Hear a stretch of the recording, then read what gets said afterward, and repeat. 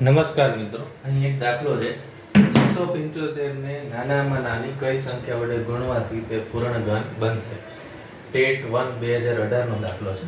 તો સૌથી પહેલા તો આપણે 675 ના અવિભાજ્ય અવયવ છે આપણે પાડવા પડશે અને અવયવ પરથી આપણને ખ્યાલ આવશે કે એને કેટલા વડે ગુણવાની જરૂર છે. તો સૌથી પહેલા જોઈએ કે એકમનો 5 એટલે 5 વડે છે એનો ભાગ 4 છે. તો આપણે 675 ના 5 વડે ભાગ ચલાવીએ. 5 એકુ 5, 5 તેરી 15 અને પછી તો જવાબ આવશે 135.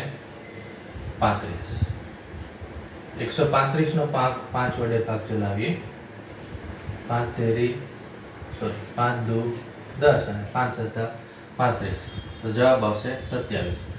હવે જો 27 નો 5 વડે ભાગ ચાલશે નહીં, તો આપણે કેના વડે ભાગ ચલાવશું? આપણે ભાગ ચલાવશું 3 વડે.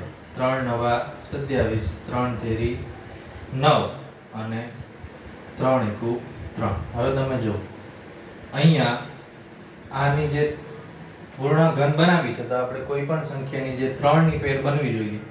અહીંયા 3 ની પેર બની ગઈ, અહીંયા નથી બની. તો આપણે 675 ને 5 વડે ગુણવા પડે. તો જવાબ આવશે C 5.